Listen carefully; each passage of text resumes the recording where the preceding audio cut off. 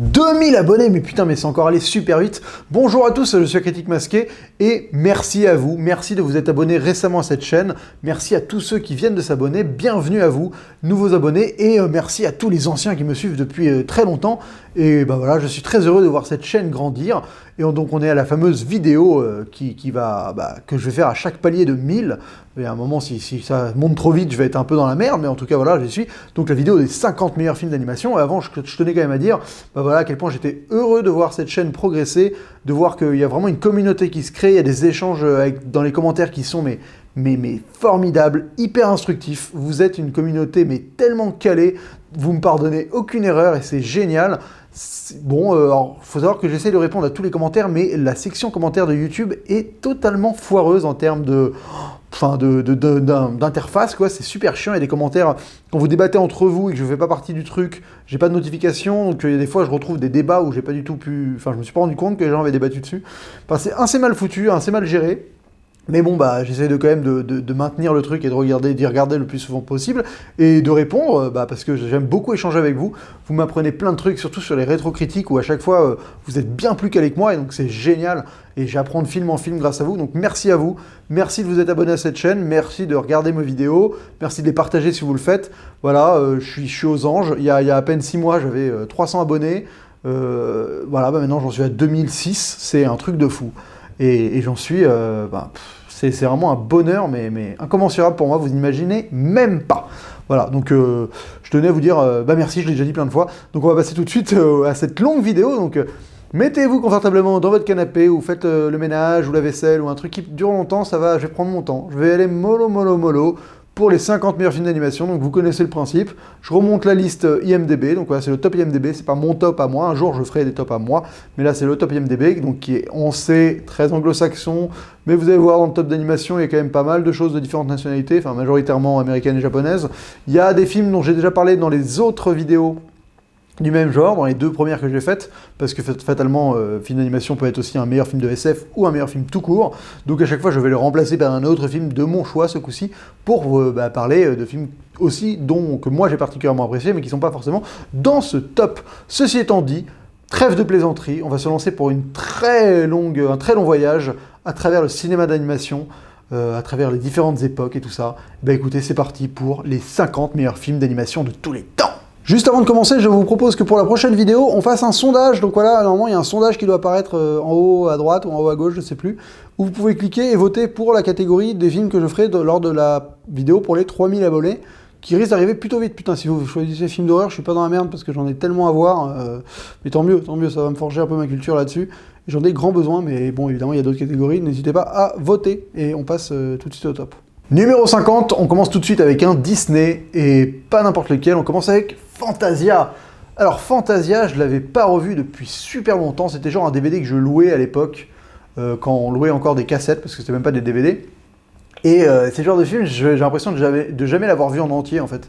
Et là en le revoyant, je me suis surtout rendu compte à quel point c'était totalement avant-gardiste quoi. Enfin tu sortirais un film maintenant comme ça, les gens capoteraient quoi. Enfin à côté, Terrence Malick c'est un rigolo. C'est-à-dire que d'ailleurs, c'est même pas rigolo, t'as l'impression qu'il a tout pompé à Fantasia. Donc t'as plusieurs volets, chaque fois c'est présenté par un espèce de maître de cérémonie, un MC, mais un MC vraiment à l'ancienne. Et donc à chaque fois il y a une musique qui est jouée par un orchestre avec un chef d'orchestre, et c'est une grande composition connue, qui est donc illustrée par une vidéo, un film d'animation, donc il y en a plusieurs, et ça va du plus expérimental plus ou moins au plus narratif, avec des variantes. Et donc le premier par exemple c'est juste des espèces de formes et des couleurs sur la musique, et ils te disent, c'est drôle parce que quand dans la présentation ils disent justement le but c'est juste de réussir à représenter visuellement la musique alors que c'est pas supposé être représenté. Et donc voilà, donc t'as ça qui est totalement tripant quoi. Enfin, honnêtement moi j'étais là, je l'avais pas vu depuis 15 ans le film, même 20 ans peut-être, et j'étais en train de triper sévère devant mon ordi. et après t'en as un qui ressemble totalement à un Terrence Malick, c'est vraiment Tree of Life, c'est la création de l'univers. De la Terre, avec des geysers et tout, musical, avec après les dinosaures et tout, enfin, c'est Terrence Malick a tout pompé à Fantasia, j'ai été sur le cul honnêtement de me rendre compte de ça. Ils sont pas tous extraordinaires ou intéressants, hein. Il y a le super connu avec Mickey et les balais, ouais, bon c'est pas le mieux, il est un peu flippant, il me faisait vachement bad tripper quand j'étais gamin, parce que tous ces balais qui se multiplient, c'est super oppressant je trouve. Voilà, bon après... Il y en a des chiants, honnêtement. Celui qui se passe dans la mythologie grecque avec les Pégases, bon, il m'a un peu fait chier. Voilà. Tout n'est pas extraordinaire, mais en tout cas, c'est juste pour le geste, quoi. L'audace d'avoir fait ce film-là, il date de 1940, et bah, honnêtement, il est super avant-gardiste, quoi. Alors, il y en a un qui est sorti en 2000, un espèce de Fantasia 2000, et je ne l'ai pas vu. Donc le fait d'avoir redécouvert celui-là m'a donné vraiment envie de revoir Fantasia 2000, enfin de découvrir Fantasia 2000. Par contre, je rêverais de les voir sur grand écran avec dans une belle salle, avec un beau son, parce que là, moi je l'ai un peu mal regardé sur mon ordi un peu à l'arrache, là. J'avoue que si je l'avais vu dans une belle salle, il y a une espèce. Enfin, si tu rentres dans le film, ça peut être un voyage au niveau des sens, surtout au niveau de l'oreille et du visuel, mais formidable. Donc j'essaierai de voir s'il n'y a pas une petite séance qui traîne un de ces quatre pour essayer de me faire Fantasia ou le Fantasia 2000 incessamment sous peu. Numéro 49, c'est supposément le dernier Miyazaki, si je ne m'abuse, c'est Le Vent se lève. Alors Miyazaki, je pense que tous ses films vont être dans ce top, tout simplement. Donc Le Vent se lève, c'est assez intriguant parce que c'est quand même un biopic sur donc l'inventeur du Zéro, l'avion de combat japonais qui a été, on va dire, utilisé durant la Seconde Guerre mondiale, qui a ravagé pas mal de vaisseaux alliés. Écoutez, Le Vent se lève, je l'ai vu au cinéma quand il est sorti il n'y a pas si longtemps que ça, 2013, voilà, il y a 3 ans, 4 ans déjà, voilà, ça fait long. Je trouve que c'est très très noble comme film, c'est vraiment... de raconter cette histoire-là par le biais de l'animation, c'est assez... au final, c'est presque novateur, je trouve que c'est un film très sérieux, très adulte, qui pourrait être totalement fait en film. Enfin, la notion d'animation ne vient que par la volonté, pas parce que c'est l'auteur qui est derrière qui fait de l'animation, mais on pourrait très bien le faire en live action, ça serait pas aberrant. Alors que par exemple, c'est vrai qu'un truc comme Mononoke en live action va te brosser, quoi. Là au moins c'est vraiment un film qui se passe qui raconte des faits historiques. J'ai été vraiment happé par l'univers, c'est pas du tout mon Miyazaki préféré. Voilà, pour plusieurs raisons, je pourrais pas vous dire exactement pourquoi, mais parce que je trouve que déjà il y a moins de fantaisie, même s'il y a des rêves, il me fait moins voyager dans son univers, dans sa forme de féerie, là il est beaucoup plus dans le concret. Je trouve que l'histoire est certes intéressante, mais il y a des moments où j'étais pas sûr de réussir à être attaché émotionnellement aux bonnes choses. Bon, en plus c'est quand même assez tragique, émotionnellement ça m'a touché, mais ça m'a pas non plus affecté plus que ça.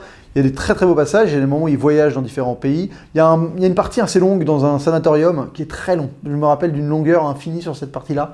Ça m'avait un peu refroidi. Il y a un très très beau tremblement de terre au début dans un train, là. C'est un très très beau moment d'animation, ça par contre. Il y a surtout cette phrase répétée plusieurs fois en japonais, le vent te lève, il faut tenter de vivre. Voilà.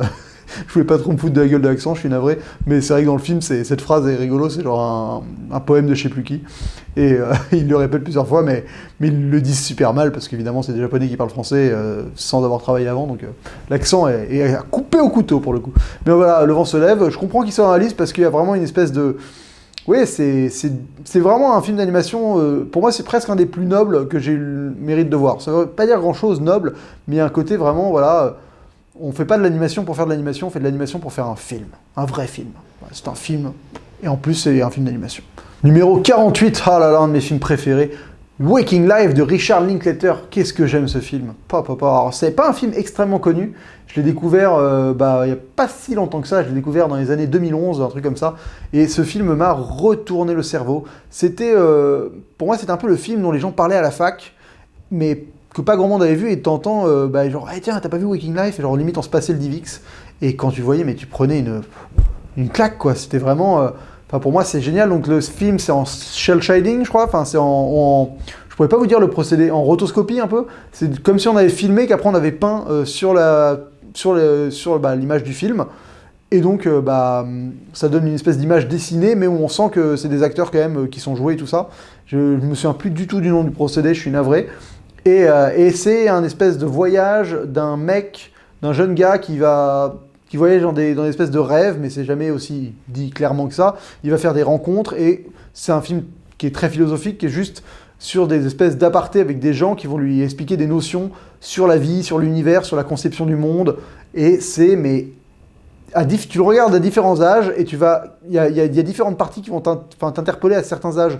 Et c'est ça que je trouve génial, c'est qu'il y a des moments, moi je l'ai vu 4-5 fois depuis que je l'ai découvert, et à chaque fois c'est une partie différente qui me captive et où je me dis putain mais c'est ça la vérité sur la vie quoi. Et à chaque fois ça change parce que j'ai mûri entre temps, il s'est passé des choses, il y a des choses géniaux, il y a une séquence avec Julie Delpy et Tanook où ils discutent dans un lit et où ils sont là à théoriser, elle pense qu'en fait toute la vie n'est que le souvenir d'une vieille dame en train de mourir et enfin la manière dont ils en parlent, t'arrives totalement à visualiser le concept qu'ils essayent de te mettre en place et ça vraiment ça mérite de te faire changer ta vision des choses sur pas mal d'éléments de la vie. Moi, j'adore ce film, je vous le recommande, mais amplement, c'est un film qui peut vous changer la vie. Moi, honnêtement, je pense qu'en termes de réflexion sur moi-même et sur le monde qui m'a entouré, ce film m'a clairement changé la vie, Waking Life. Il y a des choses extraordinaires. Il y en a une sur la manière dont le libre arbitre, comment on peut essayer de théoriser le libre arbitre. C'est mindfuck, tu t'en ressors, mais tu fais waouh, putain, mais ça m'a totalement décalqué la tronche. J'ai adoré, Et surtout, ce film m'a initié au rêve, en anglais ils appellent ça le lucid dreaming, le rêve éveillé, quoi, le fait de se réveiller dans un rêve et de prendre contrôle de ton rêve. Et il donne des petites astuces dans le film, tout un jeu avec les interrupteurs et tout. Et c'est des vraies techniques pour apprendre à faire du lucid dreaming. Et j'ai pratiqué pendant toute une période le lucid dreaming. Je sais pas le terme français, je suis navré, je n'aime pas faire des anglicismes, mais j'en fais souvent. Et c'est jouissif à faire. Je peux vous dire, dans un de mes rêves éveillés là, donc c'est vraiment, tu t'es dans ton rêve et tu prends conscience que tu es dans ton rêve mais tu te réveilles pas. Donc tu es dans un monde que tu contrôles. Alors c'est la frontière entre le fait de contrôler et de se réveiller est hyper fine, donc ça demande un peu de pratique. Et tu t'es dans ton rêve et tu contrôles le truc quoi. Et moi, la dernière fois, j'ai fait un Kamehameha quoi. C'était énorme. J'ai vraiment fait un putain de Kamehameha quoi. J'étais dans mon rêve, j'étais mais qu'est-ce que je pourrais faire de trop cool et là je fais genre putain mais je vais Kamehameha quoi. J'ai chargé une espèce de boule d'énergie, j'ai fait Kamehameha et j'ai balancé un Kamehameha quoi. Et c'était réel. Si tu l'as vu, j'ai vécu le fait de balancer un Kamehameha quoi. Enfin, je passe pour un Uberlu totalement illuminé, mais c'était grandiose, que vous imaginez même pas. Et donc c'est majoritairement grâce à Waking Life que j'ai appris à faire du lucid dream. Et ça m'a, je le fais plus parce que ça demande, c'est pas mal d'entraînement mine de rien, mais c'était extraordinaire. Donc voilà, Waking Life de Richard Linklater, qui est un de mes réalisateurs préférés, je vous le recommande, mais des milliards de fois évidemment, il mérite largement d'être dans cette liste. Numéro 47, alors je vais en profiter pour remercier Guillaume Boucaud qui m'a passé plein de films pour compléter mon visionnage de cette liste. Donc merci Guillaume, sans toi j'aurais mis des mois à compléter cette liste encore plus et j'aurais peut-être jamais trouvé certains. Donc merci de m'avoir passé tous ces films. Donc il m'a passé le numéro 47 qui est 5 cm par seconde. Donc 5 cm par seconde, c'est une série de 3, on pourrait croire que c'est 3 courts-métrages indépendants, mais en fait ils parlent tous du même personnage, qui est le premier film, ou en tout cas le film antérieur de Makoto Shinkai, qui est le mec qui a fait Your Name. Et j'ai jamais vu un film qui était autant, on va dire un canvas en anglais, mais je vais arrêter de faire des anglicismes, mais un croquis, un brouillon de Your Name. Ce film, c'est Your Name, mais version bêta, quoi. C'est vraiment ça. Donc ça raconte l'histoire d'un jeune mec qui s'appelle Takaki, et à travers 3 époques de sa vie et à travers la relation qu'il va entretenir avec, on va dire, des amours, une amour particulièrement, mais le fait qu'il va jamais réussir à réellement aboutir à cet amour, ça parle des amours manqués un peu, donc c'est vraiment, il y a un lien avec Your Name qui est direct. Alors, aussi bien graphiquement tu sens qu'il travaille sa patte sur le travail des couleurs, des lumières, de l'éclairage, des différents environnements, ça fait très Your Name. Voilà, la campagne japonaise, la ville, Tokyo, sous la pluie, sous la neige, les différentes époques, les différents environnements sont vraiment un brouillon de Your Name. Et la thématique sur cette espèce d'amour à distance, d'amour qui n'arrive jamais à... Comment tu vis l'amour sans le vivre vraiment, quoi. Cette espèce d'attente de l'amour et d'espérance de l'amour. Mais c'est assez bien foutu. J'ai bien aimé. Alors, les 3 segments, j'ai mis du temps à comprendre qu'ils étaient connectés parce que j'ai toujours du mal, je suis toujours un peu lent. Mais une fois que tu les mets dans l'ordre et que... Voilà, alors le dernier, il n'y a pas vraiment de réponse non plus. C'est ça c'est très visuel, il n'y a pas beaucoup de... La narration se fait vraiment par des petites touches. Enfin, il te mâche pas le boulot, quoi, et c'est ça qui est intéressant. Et tu vois déjà des gimmicks. Honnêtement, si vous avez adoré Your Name, mais regardez celui-là parce que c'est la même chose en moins fantastique. Vous enlevez vraiment la côté... Mais même, il y a quand même un rapport avec les astres célestes. Enfin, il a ce rapport avec l'imagerie de l'univers et tout qui lui plaît beaucoup. Mais si vous avez aimé Your Name, vous devrez aimer celui-là. C'est 3 courts-métrages de 20 minutes, donc le film fait qu'1 heure. Et si vous ne connaissez pas, vous pouvez regarder celui-là avant de regarder Your Name. En tout cas, c'est un très bon entrée en matière dans le délire de Monsieur Shinkai. Voilà, bon, en tout cas, j'aime beaucoup. Je sais pas si moi, je l'aurais mis dans mon top, mais en tout cas, ça m'a fait extrêmement plaisir de le découvrir. Encore une fois, merci Guillaume. Numéro 46, alors là on va pas être d'accord, j'ai détesté ce film, c'est Le Petit Prince, le film d'animation qui est sorti en 2015. J'ai trouvé ça nul, mais nul. Oh, j'ai trouvé ça d'une niaiserie et j'ai vraiment eu l'impression qu'on prenait les enfants pour des cons, quoi. Parce que c'est donc un film sur le Petit Prince, mais c'est pas genre une adaptation du Petit Prince. C'est genre une petite fille qui emménage dans une nouvelle ville avec sa mère qui fait que bosser, donc la fille est délaissée. Donc déjà, tu as ce thème qu'on te gave avec, on te le fourre dans la bouche comme si on gavait une noix, vraiment avec un thème, avec un truc de le fait de laisser que les parents n'ont plus d'imagination et que les enfants, si on les aide, si on n'interagit plus avec eux, ils perdent leur imagination et nous non plus, et on vit dans un monde déshumanisé, grosso merdo. Et donc, bref, cette petite fille va finir par glander et traîner avec son voisin, qui est un ancien aviateur, qui a un peu perdu la foi, si je me souviens bien. Et bref, en deux mots, ils vont partir à la quête du Petit Prince. Mais donc, t'as ces rapports d'allégorie qu'il y a dans le film, dans le livre, mais c'est pas une adaptation du livre. Et j'ai pas du tout adhéré. J'ai trouvé que c'était vraiment... je m'en souviens plus super bien, hein, mais je me souviens de la sensation que j'en avais.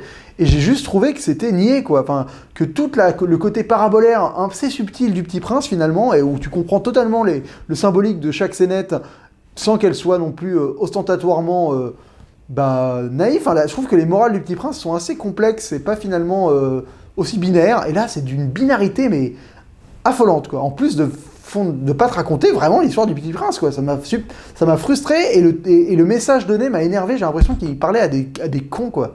Et ça m'énerve quand ils prennent les enfants pour vraiment des crétins.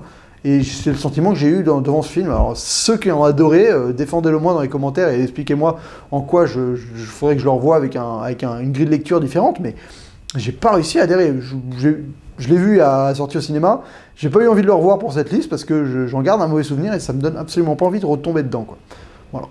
Numéro 45, Fantastic Mr. Fox. Alors, qu'est-ce que j'aime ce film aussi, putain. Ce film est génial. Donc, c'est un film de stop motion réalisé par Wes Anderson, qui est un réalisateur que j'adore vraiment énormément. J'aime beaucoup. Je trouve que plus il va dans son style et plus j'adhère. Et celui-là, mais c'est génial. Il a réussi à adapter son style visuel avec de l'animation. Tu sens qu'il est en pleine possession de son univers. Les personnages sont super intéressants. Il a toujours ce côté où ils ont une espèce de, ils sont proches. Il y a toujours un espèce de neurasthénique dans le taf. Hein. Ils ont une forme d'expression qui est hyper faible, ils sont toujours en décalage avec le tempo, ils sont un peu lents, un peu tous, voilà. Il y a ça, et donc là c'est par exemple le cousin, je crois qu'il parle jamais, ou le fils, c'est le fils, et le cousin justement c'est genre un truc comme ça. Et c'est un peu un film de braquage aussi, donc j'aime beaucoup les films de braquage. Bref, il y a plein de choses. Je trouve le design génial, l'histoire elle se regarde en 2 secondes, il y a des plans séquences avec des espèces de trucs latéraux où il passe par plein de trucs, il escalade une barrière, il rentre dans un schmilblick, il vole des poules, enfin il se passe plein de choses au sein d'un plan, j'adore l'animation de ce truc-là. Il y a un jeu qui est génial où il t'explique les règles et j'avais un pote qui connaissait l'explication des règles par cœur, ça m'a toujours impressionné quoi, qu'il arrive à connaître les règles de ce sport à la con par cœur. Parce que il parle super vite quand il raconte les règles, bref. Donc je l'ai revu 2 fois, à chaque fois j'adore. Voilà, c'est Mr. Fox, en plus il y a la voix de Bill Murray. Bill Murray, c'est juste, c'est un dieu vivant, donc il le reste vivant d'ailleurs. Voilà, en tout cas Mr. Fox, oui, j'adore ce film. Numéro 44, Les Mondes de Ralph. Alors ça, je suis un peu mitigé sur ce film. Je dois avouer que je ne peux pas m'empêcher d'être déçu et de trouver que c'est une déception. Voilà. C'est un film qui est intéressant, j'adore, je trouve que les 20 premières minutes te promettent quelque chose, mais qui va être extraordinaire. C'est con, mais c'est vrai qu'il n'y a pas eu énormément de films de bons films adaptés sur les jeux vidéo, sur les joueurs de jeux vidéo, sur l'univers des jeux vidéo, et là tu te dis putain, mais un film qui se passe dans les jeux vidéo, mais le kiff quoi.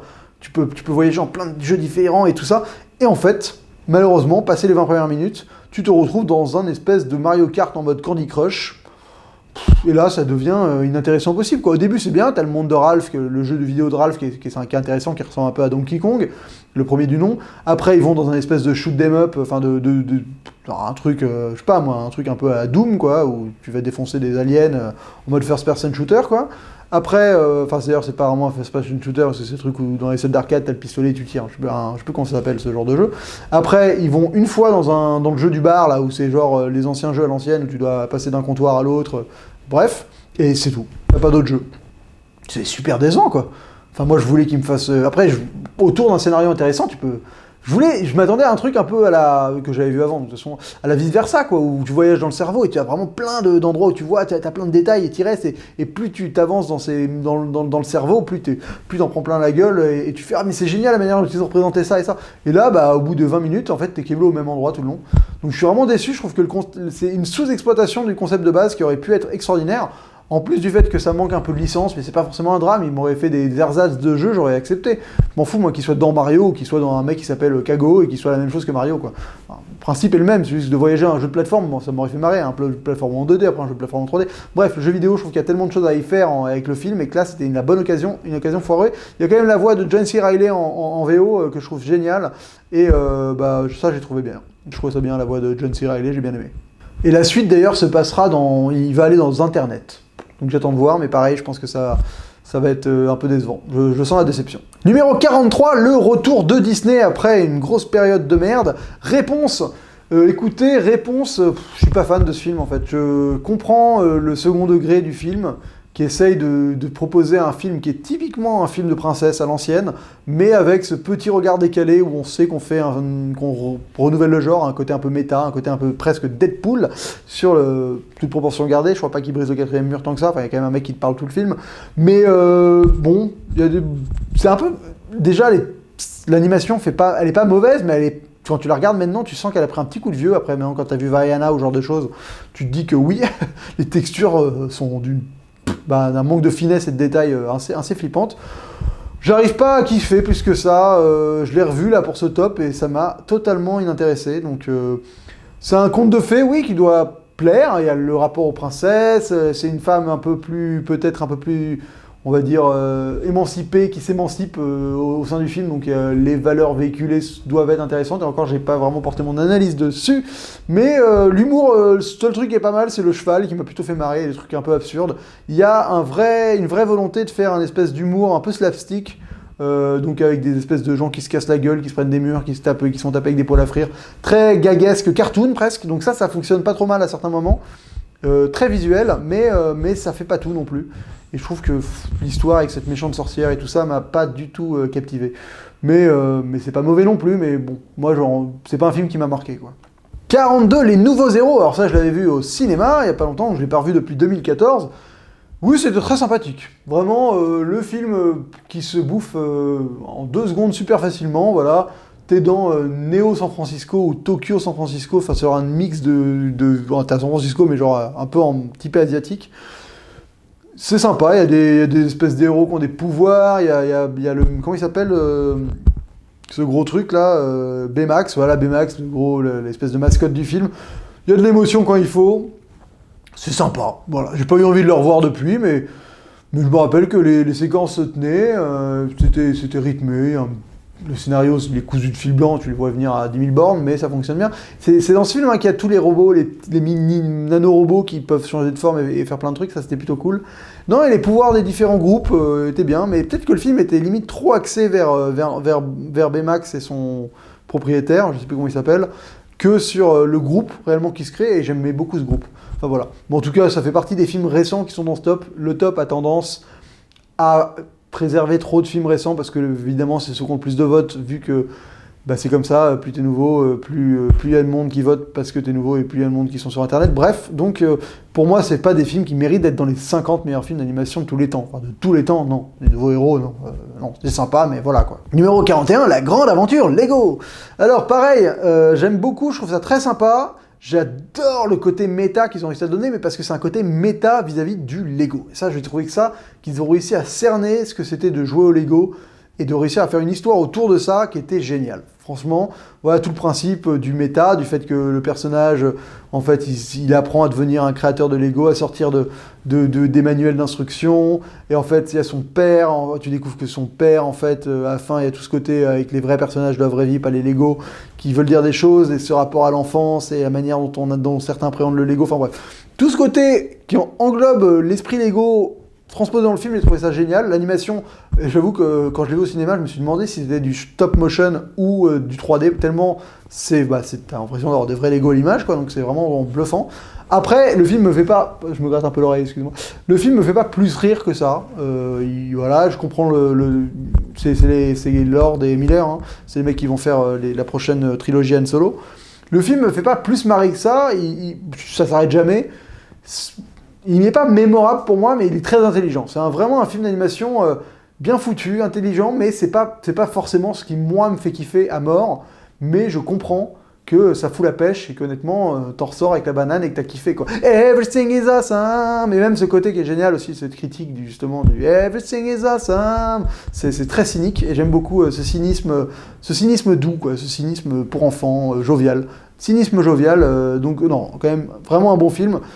Est-ce qu'il serait dans mon top? Je sais pas, mais en tout cas, c'est pas un scandale qui pointe sa tête dans ce top, quoi. Numéro 40, Jube Nimpuncho en VO, je crois que c'est Ninja Scroll en VF, ou en VA anglaise. Écoutez, c'est encore Guillaume qui me l'a passé celui-là, merci Guillaume, est formidable. J'ai pris une claque, je ne savais pas du tout ce que c'était. Donc pour ceux qui ne connaissent pas, c'est un peu un mélange entre Scott Pilgrim et Kill Bill, grosso merdo. Non mais c'est un peu ça, c'est l'histoire d'un mec qui... on va dire un mercenaire qui se balade dans la ville, qui se balade dans le Japon médiéval, et en fait, il se fait engager, grosso merdo, pour aller buter 7 démons qui bossent pour un méchant. Enfin, c'est un peu... il y a tout ce côté très jeu vidéo, où tu vas affronter des boss les uns après les autres, mais c'est d'une cruauté. C'est vraiment le film d'animation pour adultes, hein. Alors là, ça rigole pas du tout. Déjà, c'est gore à souhait. Je me suis pris dès la première séquence, tu fais oh putain, tu penses que...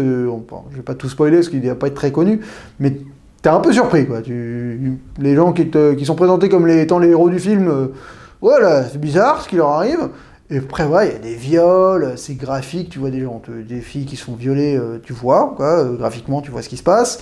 C'est dégueu, les gens perdent des têtes, des membres, il y a des gens qui giclent, enfin, l'animation est magnifique. Et vraiment ce côté Skull Pilgrim avec différents boss au fur et à mesure qui s'affrontent, très jeu vidéo. Non, j'ai kiffé ma race. Parce que voilà, c'est un vrai film, une vraie surprise. Pour le coup, découverte, je ne savais pas du tout de quoi ça parlait avant de me renseigner pour ce top. Et j'ai pris vraiment mon pied, donc je vous le recommande. Plus que ça, Ninja Scroll, si vous arrivez à le dégoter, ça vaut grave le coup, quoi. Numéro 39, Batman contre le fantôme masqué, ou quel nom de merde en français. Je crois qu'il s'appelle Batman, je sais plus comment il s'appelle, The Mask and the Phantom, un truc comme ça. Bref, en VO. Écoutez, film d'animation qui donc est par la même équipe qui a fait la fameuse série animée que tout le monde adore de début 90, là. Donc après une année, ils ont fait ce film-là, qui est considéré comme tout le monde par le meilleur animé Batman, et par beaucoup de gens comme la meilleure adaptation du personnage de Batman au cinéma, enfin voilà, du personnage de Batman. Et c'est vrai que ce film est génial, parce que il prend des partis pris avec Batman qui sont super intéressants. En termes d'exploitation du personnage et de compréhension de qui est Batman, de qui est Bruce Wayne, c'est vrai qu'il faut avouer que c'est un des meilleurs films sur le sujet, avec cette dualité de pourquoi il fait Batman, pourquoi il devient Batman, comment il devient réellement Batman, quelle est la vraie raison. Ils te mettent une espèce de love affair, d'histoire, de relation amoureuse qui décuple totalement le personnage de Batman et de Bruce Wayne, quoi, cette dualité, ce pourquoi quoi. Pourquoi ce mec-là, c'est bien écrit, il y a des répliques qui fusent, l'animation, elle est à l'image de la série, elle est toute noire, il y a des vrais trucs de jour, mais il y a un côté un peu art déco, très contrasté, très stylisé de cette série. Voilà, vous voyez le générique avec que des silhouettes sombres et tout. Il y a ça, voilà, il y a du suspense, il y a des révélations, il y a plein de choses. Il y a le Joker qui est flippant parce qu'il est totalement dérangé, et à la fois c'est le Joker, quoi. Non, très très bon film d'animation, j'ai vraiment adoré, moi qui adore Batman, j'ai pris mon pied avec celui-là. Je trouve que en effet, avec dans le cernage du personnage de Batman, c'est clairement ce qui a été fait de mieux. C'est pas forcément le meilleur film Batman, parce que moi j'adore les Nolan, mais c'est vraiment peut-être le meilleur film sur Batman. Voilà, parce que là, c'est Batman, il est au centre du schmilblick. Enfin, il y a un autre personnage qui est très important, mais en tout cas, il est très très important. C'est la manière dont ils étudient Batman est vraiment géniale. Numéro 38, Cowboy Bebop, le film. Alors, je l'ai regardé pour ce top, c'est une série qui m'a jamais donné envie, alors que maintenant que je suis devenu un peu adulte, quand j'étais enfant, elle me donnait pas envie, enfin ado. Et maintenant, franchement, le design et tout me donne trop envie de me plonger dans cette série. Donc j'ai regardé le film, quand même, qui est regardable sans connaître la série, honnêtement. T'as pas de présentation des personnages ni rien, mais à la fois, si, tu l'as d'une certaine manière, tu l'as. Donc le film est très abordable pour quelqu'un qui n'a pas connu la série comme moi. Alors, j'avoue que j'ai été un peu frustré, parce que le film commence par une séquence, mais génialissime. Un espèce de petit braquage qui tourne mal et tout, qui est génial. Tu fais, putain, les personnages sont badass, il y a le design, l'animation, tout. C'est encore une fois, c'est vraiment un film d'animation japonaise en mode sérieux, adulte. Et tu te dis, putain, je vais prendre mon pied, ça va être génial. Il y a la musique qui démarre, le générique est génial, hein, Guillaume, le générique est génial, encore Guillaume, mais oui, t'as raison, ce générique est génial avec une musique un peu funk, trop posée, quoi. Et la BO de ce film est formidable. Et bon, après, il y a l'univers qui vient se mettre en place, tout ça. Et en fait, quand l'histoire vraiment essaye de prendre le pas sur la coolitude des choses, je me suis un peu fait chier. Je suis arrivé aux 2 tiers du film, j'ai commencé un peu à lâcher l'affaire, genre, oh, ça a un peu commencé à me gaver, quoi. Alors qu'il y a tout pour plaire, quoi. Les séquences de combat et d'action sont formidables, les animations sont magnifiques, les personnages ont des designs, mais c'est vraiment stylé, le côté, tu sais, un peu émo japonais, taiseux, trop classe, des longues personnes longilignes avec des longs manteaux, des costards bien cintrés. Les meufs, elles sont habillées un peu n'importe comment, avec genre un string qui lui remonte, tu sais, que tu vois les bretelles sur le côté de la hanche.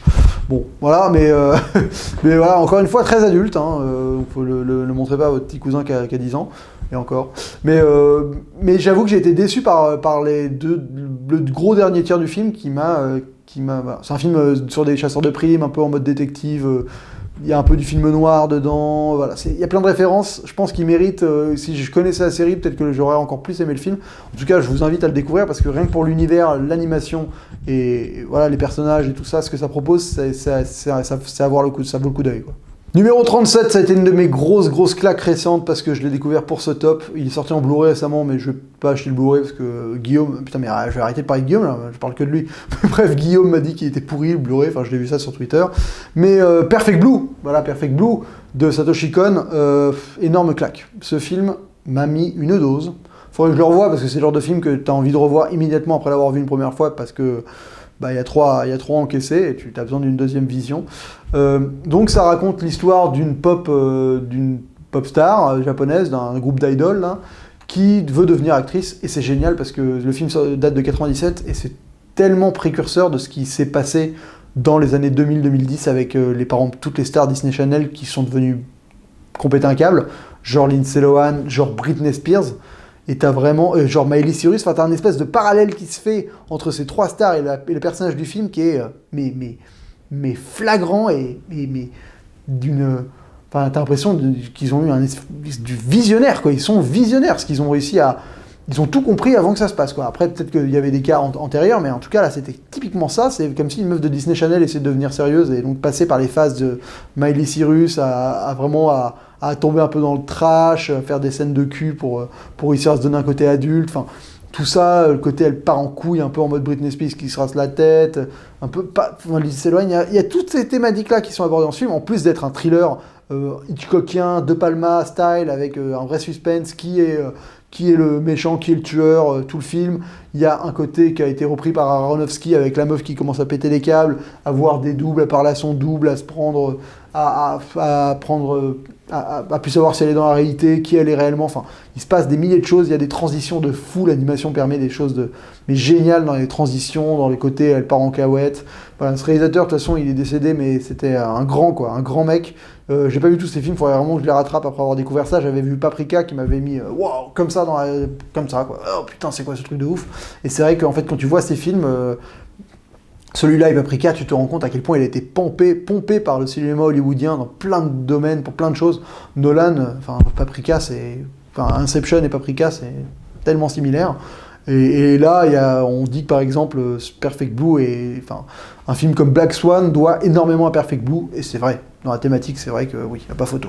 Enfin, en tout cas, voilà, découvrez-le si vous ne le connaissez pas. Il vient de ressortir en Blu-ray. Apparemment, le Blu-ray n'est pas extraordinaire, mais il y a un beau livret avec le storyboard et tout ça. Si vous avez envie de claquer 38 balles. Voilà. Bon, en tout cas, si vous le trouvez aussi en DVD, c'est très bien. Hein. Et regardez-le. Numéro 36, c'est un de mes Miyazaki préférés, et c'est un de ceux que les gens aiment le moins. C'est Kiki la petite sorcière. Alors, Kiki la petite sorcière, ça raconte pas grand chose, c'est ça qui est génial, c'est que ça raconte l'histoire de Kiki qui a arrivé à un certain âge, doit aller faire son année de sorcellerie, où elle va dans une ville, elle devient la sorcière de la ville, et elle doit trouver un moyen de s'épanouir. Donc elle va trouver le moyen de s'épanouir en devenant une espèce de livreuse, sur balai. Voilà, c'est une petite gamine qui a genre 10 ans ou 12 ans, enfin, on sait pas trop, elle est jeune, peut-être 15 ans. Et c'est... Alors, ça dépend beaucoup, enfin, ça tient beaucoup à la manière dont je l'ai découvert. C'est le genre de film, je vais faire une vidéo un jour sur la manière dont on voit les films. Et ça, c'est une des manières que j'affectionne le plus, c'est de découvrir un film sans savoir trop ce que je vais regarder, sans choisir, en tombant dessus par hasard, à 1h du matin, un samedi soir ou un vendredi soir quand tu n'as rien à foutre le lendemain, et où tu sais, tiens, il y a ça à la télé. Et tu te poses, et tu sais pas ce que tu regardes, et t'es un peu... Tu te demandais si tu n'allais pas dormir 5 minutes avant, mais là, le film tape, et le film te happe, et faut que j'arrête de répéter ce mot, et tu rentres dedans, et ça te procure des sensations uniques. J'ai quelques films comme ça que j'ai découvert de cette manière-là, et Kiki en fait partie, et j'ai été transporté dans ce monde d'une espèce de, on va dire, d'une sympathie, d'une tendresse, et surtout d'une simplicité, mais c'est génial, il y a pas... Tout le monde est bien, tout le monde est gentil, il n'y a pas de méchants, il n'y a pas de conflit, c'est un film... où on vit avec Kiki, on a envie d'être cette petite sorcière dans cette ville côtière japonaise, et on vit avec elle le temps de sa petite aventure, et je trouve ça mais génial, quoi, de réussir à... C'est vraiment un film un peu chronique comme ça, il y a une petite histoire amoureuse, et c'est d'une sincérité, d'une tendresse qui m'a bouleversé, honnêtement, voilà. Donc j'adore ce Miyazaki. Beaucoup de gens le trouvent justement un peu chiant parce qu'il se passe pas grand chose, et moi... j'ai découvert de la meilleure manière possible pour ce genre de film. Donc je vous le recommande amplement, mais sachez que c'est pas un film où il se passe grand chose, mais l'ambiance fait tout. Numéro 35, Toy Story 2. Alors Toy Story 2, écoutez, c'était génial. Faut avouer que là, c'est une des suites qui est peut-être mieux que l'original. Je sais pas si je m'avance à dire ça, mais qu'est-ce qu'elle est bien cette suite. Elle est géniale, celle où Woody se retrouve à se faire enlever par un collectionneur, ils partent tous à sa recherche, ils découvrent les autres personnages, ouais, non, ils finissent dans le supermarché, il y a Zorg, enfin, il y a plein de choses quoi, dans ce film, c'est vraiment, à la fin, la course-poursuite dans l'aéroport, avec le cheval et tout, non, c'est génialissime, quoi, il y a plein de thématiques qui sont abordées, c'est vraiment ouais, cette trilogie Toy Story, je suis un peu déçu qu'ils repartent en vadrouille, parce que je trouve que l'arche des trois est magnifique, quoi. Tu regardes le 1, 2, 3, mais t'es aux anges tellement c'est génial, et que ça se conclut de manière en apothéose, et que t'as jamais un moment où la saga se détériore, et là, le fait de rebalancer un autre film, je pense que c'est impossible de tenir la route et de réussir à être bien. Donc je suis un peu déçu qu'ils repartent, parce que j'aurais préféré qu'ils restent sur cette trilogie, mais en tout cas, le 2 s'intègre magnifiquement dans cette trilogie, et sur le moment, moi je l'ai vu au cinéma en 99, donc j'étais pas vieux, et j'ai adoré. Je me suis dit, putain, mais c'est trop bien, j'ai envie d'être un jouet, quoi. Numéro 34, Dragon 2. Alors Dragon 2, évidemment, la suite de Dragon 1. Écoutez, je trouve le 2, donc ça parle de ces dragons vikings qui ont appris à dresser les dragons, machin. Le 2, je le trouve moins bien que le 1, honnêtement. J'ai enchaîné, j'ai revu les deux, je les avais vus en cinéma, mais j'ai revu les deux pour cette critique, enfin pour cette vidéo. Oui, le 2 est moins bien que le 1, il y a des choses qui sont très bien faites. Faut avouer que la relation entre les parents est géniale. Ça, franchement, c'est formidable. Elle est traitée avec un vrai regard d'adulte et un vrai sérieux dedans. Et donc, ça fait que les moments touchants et supposés être émotionnels fonctionnent à mort, quoi. Parce que c'est traité avec vraiment beaucoup de respect, cette relation père-mère, enfin homme-femme, adulte. Et c'est surprenant de voir ça dans un film qui est centré sur un ado un peu, qui est plus un film d'enfant, enfin, quand même plus enfantin qu'adulte. Et c'est un de mes défauts avec cette saga Dragon, c'est que c'est un film majoritaire, ça reste des films pour enfants, donc qui est quand même léger. Alors il y a des moments un peu où ils essaient, enfin, fort, mais c'est-à-dire que le ton reste quand même léger. Et t'as quand même supposé des vikings qui se battent contre des dragons, quoi. Donc moi j'aimerais bien voir des gens cramer, des dragons se faire couper la tête. Enfin, voilà, je suis un peu frustré par le côté, c'est un film de gosse où les dragons ils se prennent des murs, et les mecs qui se font brûler, ils font genre oh ça me pique les fesses, ils courent partout, ils sautent dans l'eau, ils ont plus mal, quoi. Enfin, il y a le côté un peu cartoon comme ça qui me frustre, parce que je me dis tu fais le même film en mode sérieux, un peu réaliste. Façon de parler, tu vois, je m'en fous des animations, même les designs de quelques dragons sont quand même très enfantins, avec des grosses têtes, ils sont pas très reluisants, quoi. Autant le dragon du héros, là, Night Fury, est génial, mais tous laissent, là, sans dents en anglais, mais les autres sont pas tous hyper cool, quoi. Ils sont très gamins, enfantins, et tu ferais ce film en mode réaliste, ce serait peut-être tellement jouissif, quoi, l'univers qu'il crée donne tellement envie de plus. Donc voilà, un peu frustré de ça, mais honnêtement, je dois dire que oui, c'est un bon film. Voilà, le 2 est bien, c'est pas extraordinaire, mais ça reste... C'est un peu une redite du 1, voilà, enfin, c'est pas une redite, mais un peu quand même. C'est pas aussi... C'est pas un aussi bon apport à cet univers que l'était Toy Story 2 pour Toy Story 1, par exemple, je trouve. Numéro 33, Shrek. Qu'est-ce que j'aime ce film. Je l'ai vu des milliers de fois à l'époque où j'avais un DVD. C'était genre un DVD qui a tourné en boucle dans mon lecteur à une époque. J'adorais la BO, surtout avec du Smash Mouth, là, avec All Star, avec I Am a Believer. À la fin, il y a une espèce de karaoké où ils te font un medley de plein de chansons et j'adore ce medley. Enfin voilà, c'est un film que... Au final, maintenant que j'y repense, il doit pas y avoir grand chose. Si je le revois, je pense que je vais trouver ça assez nul. Parce que c'était un peu bas du front, quoi. C'était des blagues sur des rods d'épée. T'as l'âne qui peut être insupportable maintenant. Bon, t'as Lance Farquaad qui est énorme quand même, avec lave tes pieds, lave ton cul. Petite blague, oui, c'est une blague de merde. Mais il y a des phrases comme ça, moi, la phrase avec le garde champêtre, par exemple. Ouais, le garde champêtre, le garde champêtre, le garde champêtre, le garde champêtre. Oui, celui qui pue et qui pète. Oui, celui qui prend son cul pour une trompette. Voilà, c'est le genre de phrase qui me fait marrer. Mais bon, voilà, je pense que je le reverrai un de ces quatre, parce que, en tout cas, bon, je pense que le 1 reste le meilleur de la saga. À partir du 3, j'ai trouvé ça vraiment pénible, et je sais plus où ils en sont maintenant, mais en tout cas, les derniers que j'ai vus étaient très très pénibles. Très très pénibles. Voilà, quoi. Numéro 33, c'était Shrek. Numéro 32, un des films dont j'ai fait la critique il y a pas longtemps, Kubo et l'armure magique. Faudrait que je le revoie parce que j'avais pas trop aimé au cinéma. J'avais été déçu, j'avais trouvé que la hype était beaucoup trop élevée pour ce film-là. Ok, c'est un conte, et le problème c'est que ça a même défaut que certains, et que par exemple, quelques minutes après minuit pour moi, c'est un film où on m'annonce dès les 10 premières minutes quel va être le déroulement scénaristique du film. Pour mon premier visionnage de ce film, à chaque fois, ça me gâche le truc parce que je sais où ça va... Je vois trop les choses se dérouler parce qu'on me l'a expliqué avant, ça m'énerve.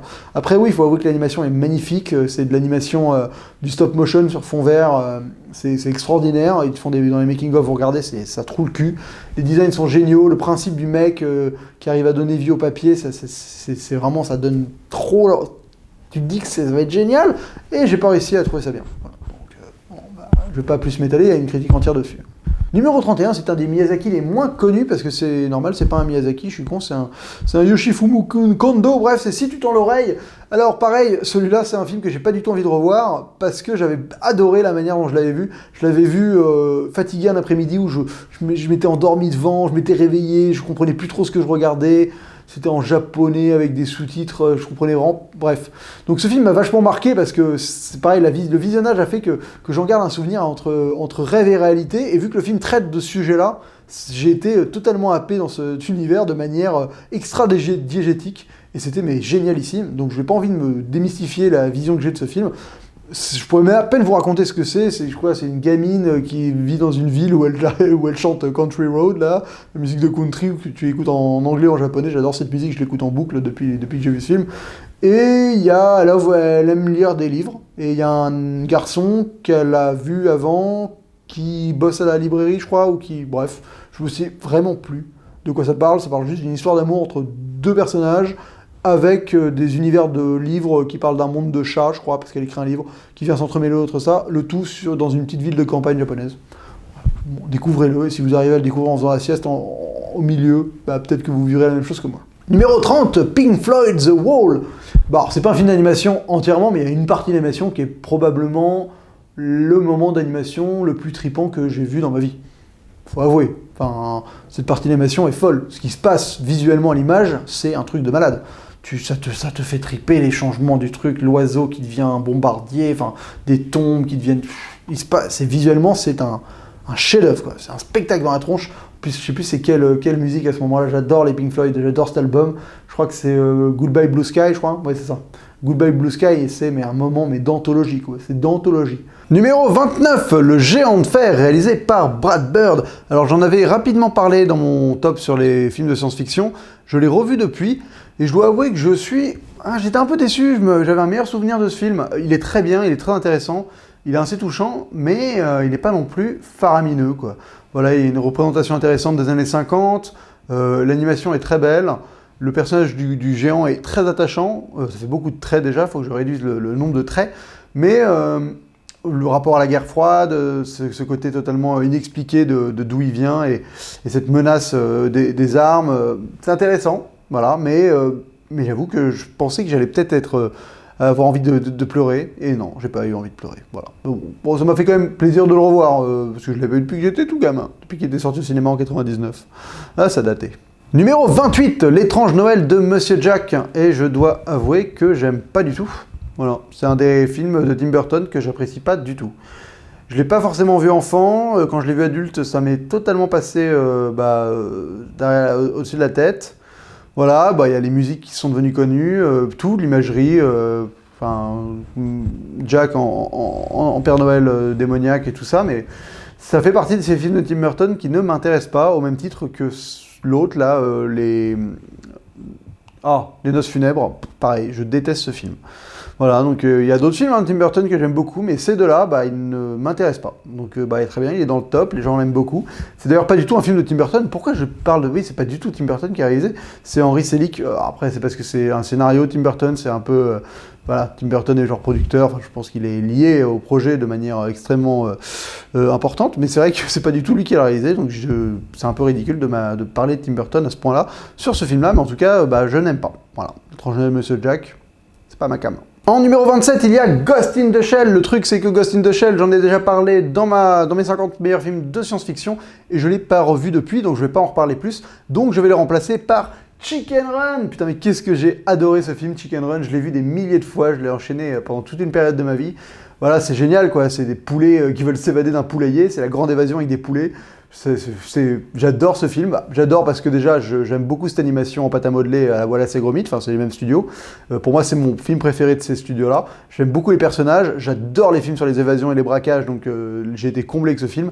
Je trouve que voilà, c'est fantasque, c'est touchant, c'est humain, c'est dynamique, il se passe plein de trucs, et les plans sont ingénieux, il y a les personnages, bon voilà, le scénario est un peu cousu de fil blanc, mais ça fonctionne vraiment très très bien. Et ce monde de poulet dans la basse-cour est vraiment génial. Et ces tartes au poulet aussi, ces tourtes au poulet là. Ouais, vraiment le côté britannique qui en ressort de ce film-là et j'aime vraiment énormément. Donc voilà, Chicken Run, moi je le mettrais largement dans mon top si je devais faire un top d'animation où c'était moi qui choisissais les films. Numéro 26, Ratatouille. Alors clairement mon Pixar préféré, je pense. Oui, ça doit être mon préféré. Alors déjà parce que j'ai vécu une séance, mais extraordinaire. J'ai vécu une séance où j'en suis ressorti avec un espèce de sourire, mais une espèce de banane incommensurable, et toute la salle avait vécu un moment de communion, de bonheur partagé devant ce film. Alors c'est sûrement parce que je l'ai vu à Paris et que le film est là pour encenser Paris, la vie, la France, l'esprit français, la nourriture française. Donc on s'est tous sentis concernés, on s'est tous sentis rehaussés. On a eu l'impression que notre mode de vie était dépeint comme étant le mode de vie ultime. Bref, donc je pense que ça a joué. Quand tu vas voir un film le mercredi soir comme ça et qui touche tout le monde en même temps, tu passes vraiment un moment extraordinaire. Mais depuis, je l'ai revu plein de fois parce que c'est juste génial, quoi. Ce film, moi, j'adore l'esprit qu'il véhicule, l'esprit de croire en soi, quoi, parce que tout le monde, faut pas se fier aux apparences, faut pas se fier à ce que les gens pensent de nous, à ce que les gens disent de nous, non, faut croire en soi, tout le monde peut cuisiner, quoi. Everyone can cook, comme ils disent, et dans ce film, c'est ça, c'est crois en toi-même, parce que personne d'autre le fera pour toi, quoi. Donc faut y croire, et tu vas arriver à aboutir, à atteindre tes rêves, quoi. C'est un très beau message. Magnifique message, c'est encore réalisé par Brad Bird, décidément Brad Bird, il a souvent sa place dans ce top. Et il y a aussi dans ce film une des meilleures séquences de l'histoire de l'animation pour moi, c'est la séquence de la ratatouille, où le critique culinaire goûte la ratatouille, et il y a cet effet Madeleine de Proust, où tu as un effet visuel qui est super bien foutu, qui est très simple, c'est juste on rentre dans ses yeux et on se retrouve, lui enfant, à une table, qui mange la ratatouille servie par sa mère, et là... C'est un moment, mais à chaque fois que je le vois, j'ai les poils qui s'érissent sur mes bras, j'ai la chair de poule, tellement ça me prend émotionnellement. Parce qu'il y a une justesse, et d'un coup, ça parle grâce à l'animation, ils utilisent un procédé, ça devient universel ce qu'ils racontent. On a tous eu un moment comme ça dans notre vie, enfin c'est la Madeleine de Proust, mais c'est vraiment ce que Proust a réussi à faire avec sa Madeleine. Je trouve que Ratatouille le fait pour l'animation, quoi. Ça devrait, peut-être que dans 100 ans, on dira « Ah, c'est la Ratatouille de Ratatouille, c'était fait Ratatouille ». Enfin bon, je divague, mais quand l'animation est capable de figurer des effets comme ça, de réussir à représenter des effets de style comme ça, des sensations, des émotions de cette manière-là, c'est vraiment, ça prouve que c'est un des médiums visuels les plus intéressants et c'est vraiment génial, quoi. Alors, autant maintenant, je trouve que le cinéma live action et animation sont de plus en plus mêlés, donc bah voilà, la frontière n'existe plus vraiment, mais à une époque, c'est vrai que quand tu voyais ça, tu fais putain, mais c'était grandiose, quoi. Donc Ratatouille, extraordinaire. Numéro 25, un autre film de Brad Bird, Les Indestructibles. Alors, certains disent que c'est le meilleur film de super-héros, au final, de tous les temps. Voilà. Moi, je l'aime bien, je trouve que c'est un super film. Je l'ai vu 2-3 fois, à chaque fois que je l'ai regardé, j'ai fortement apprécié. Mais il y a quelque chose qui se passe, c'est que le film ne me reste jamais en tête après l'avoir vu. Devant, je passe un très bon moment, mais une fois que le film est terminé, je suis pas un indestructible, quoi. Je suis pas à y penser. Je suis pas à me dire, ah, putain, si j'avais les pouvoirs de ce mec-là, si je devenais élastique, c'est la super force, si je courais vite, ou si, je sais plus ce qu'elle fait, la petite, elle devient invisible. Non, j'oublie très très vite le film, en fait. Il est génial, mais il ne reste pas en moi. Je pense que, je sais pas, il a peut-être pas un impact pop culture assez important. Je me fais peut-être avoir par le marketing des autres films. Ils arrivent à rester, ou je sais pas. Mais, je l'ai peut-être pas vu assez enfant, mais j'avoue que j'ai pas eu envie dans ma vie de me dire putain ouais, je vais jouer aux indestructibles ou être un super-héros indestructible ou je sais pas. Le film est bien, mais il n'a pas eu un impact sur moi qui est à la hauteur de sa réputation, je trouve. Mais le film reste excellent et il va y avoir une suite très bientôt, donc je vais quand même être impatient de la découvrir. Numéro 24, on rentre enfin dans les Disney classiques de la période 90, la période qui a bercé mon enfance. Je pensais qu'il y en aurait plus et surtout je pensais c'est logique qu'ils apparaissent maintenant. Bref, Aladdin, bah voilà, extraordinaire Aladdin. Enfin, c'est tellement devenu culte. Oh, c'est un truc de fou ce film. Tout est culte, tout est génial. Enfin moi, c'est un des premiers films que j'ai vu au cinéma, c'est un de mes premiers souvenirs au Grand Rex à Paris. Et franchement, c'est formidable, quoi. Bon, déjà les musiques, on les connaît toutes par cœur. Prince Ali, Ce rêve bleu, qui est ma préférée, faut l'avouer, j'aime beaucoup Ce rêve bleu. Je n'y crois pas, c'est merveilleux. Bref, non, mais là, tous les persos sont géniaux. Il y a le tapis, il arrive à être super drôle avec le singe, avec Yako, qui sont pas des sidekicks rigolos énervants, ils apportent toujours quelque chose. Le tigre aussi, enfin voilà, ils sont hyper diversifiés dans leur forme, dans l'humour qu'ils proposent. C'est vraiment intéressant. Jafar, un des meilleurs méchants de l'histoire du cinéma, quoi. Enfin, il est tellement flippant, horrible, il est détestable comme méchant, et quand il devient méchant à la fin, le gros génie et tout, ça m'a vraiment hanté, gamin. Après, le principe du génie, de faire des vœux, de pouvoir... cette histoire, quoi, des paysans, de faire Rabat, cette ville, ce palais avec ses gros champignons, enfin, l'imagerie moi, m'a transporté pendant toute une partie de ma jeunesse, cette tête de tigre dans le sable aussi. Enfin, voilà, c'est des images qui marquent à vie, quoi, Aladdin, et surtout, c'est cette période-là, c'est cette période avec, et surtout le génie, le génie qui est un personnage, mais énorme, quoi, qui est peut-être un des premiers personnages vraiment méta d'histoire du cinéma, peut-être à ce point-là, enfin, qui est méta, qui vient d'une autre époque au final, enfin, il fait des références au film, au fait qu'il est dans un film, c'est assez intriguant parce qu'il est clairement en avance sur ce qu'on faisait à l'époque en termes d'humour et tout, c'est énorme, et c'est Robin Williams qui l'avait doublé, on sent que voilà, il y a une qualité d'écriture et d'interprétation dans ce personnage qui en fait clairement un des personnages les plus marquants de l'histoire du cinéma tout court. Le génie d'Aladin, c'est énormissime Aladin. Voilà, donc c'est toute cette partie de cette période Disney qui était quand même que du bon, quoi. Que du bon, les années 90 chez Disney. Je dis ça, et le numéro 23, c'est La Belle et la Bête, que je déteste. Je n'aime pas ce film. Voilà. Je trouve ça niais, j'aime pas la morale que le film raconte, le côté... ce qui est important, c'est ce qu'il y a à l'intérieur, l'extérieur, faut pas faire attention au physique. Voilà, on est une bête à l'extérieur, mais en fait on est un prince à l'intérieur. Non, voilà, cette histoire de princesse qui tombe amoureux de son kidnappeur, là, ça m'intéresse pas, quoi. Je suis navré, ça m'intéresse pas. J'aime pas ce film, j'aime pas le remake, j'aime rien de ce film. Ça ne me parle pas, il n'y a rien qui me fait rire, je retiens aucune chanson, je ne me souviens de aucune chanson de ce film, et je l'ai vu pas qu'une fois, hein. Donc c'est quand même assez troublant. Voilà, quoi, la scène du bal, c'est peut-être une des premières fois où il y a vraiment de la 3D dans un Disney. Bon, elle est graphiquement jolie, faut l'avouer, mais l'histoire, tout ce que ça raconte, ce film, peut-être que je suis pas le public, hein. Je dois vraiment pas être le public, parce que même les adaptations d'après, elles m'ont toutes fait chier, quoi. J'ai bien aimé celle de Cocteau, parce que voilà, il y a de la poésie, et que le mec t'embarque vraiment dans son univers, mais tous les autres films, La Belle et la Bête... ça ne m'a jamais captivé. Numéro 22, Cocorico, enfin Iranico, je sais pas comment ils font, Persepolis de Marjane Satrapi et de Vincent Paronneau, qui est clairement un film français mais aussi iranien, parce qu'il parle beaucoup de l'Iran. Alors j'aime énormément ce film, je trouve que ça fait partie des films qui sont tellement personnels, qui racontent, voilà, qui sont adaptés d'une BD, qui a eu déjà un passage à la réalisation pour une une BDiste, je sais pas comment on dit, une dessinatrice de BD, c'est intéressant. Et là, elle y met vraiment tout son cœur, toute son autobiographie. Et il y a des moments poignants dans ce témoignage de cette jeunesse en Iran à l'époque de la révolution islamique. Déjà, ça raconte une partie de l'histoire que pas mal de cinéastes commencent à raconter. Il y a eu Cairon qui a fait le film sur son père, qui se passait un peu à la même période. Voilà, c'est intéressant parce que c'est des témoignages qui valent le coup d'être vus, entendus, et par ce support de ce film d'animation magnifique en noir et blanc, avec le style de Satrapi, c'est clair que ça propose finalement une aventure cinématographique et à la fois humaine et palpitante, quoi. Il y a des moments vraiment poignants. Moi, le moment à Vienne, elle a deux doigts de crever parce que tout le monde s'en branle et tu te prends ça dans la gueule, toi occidental, qui a toujours un regard sur les autres sociétés, qui a du mal à te regarder toi-même. Bah là, au moins, ça fait du bien d'avoir ce miroir-là de temps en temps. Non, mais elle est très belle chose. Et depuis, je trouve que sa carrière, elle alterne pas forcément que du bon. Mais en tout cas, celui-là, elle a commencé très très fort et peut s'avérer heureuse d'être 22e du top IMDb des 50 meilleurs films d'animation. Bravo, mademoiselle. Et monsieur, parce que Vincent Parronneau ne doit pas être mis en dehors de ce succès. Mine de rien. Numéro 21, je l'ai découvert grâce à ce top, c'est Le Chant de la Mer. Alors, Le Chant de la Mer, je ne connaissais absolument pas ce film avant de me renseigner sur ce top. C'est un film qui, à mon avis, est irlandais. Je suis pas sûr, mais je me suis pas plus renseigné que ça. Mais vu que ça parle d'une légende irlandaise, c'est génial. Et c'est tout ce que Kubo aurait dû être pour moi.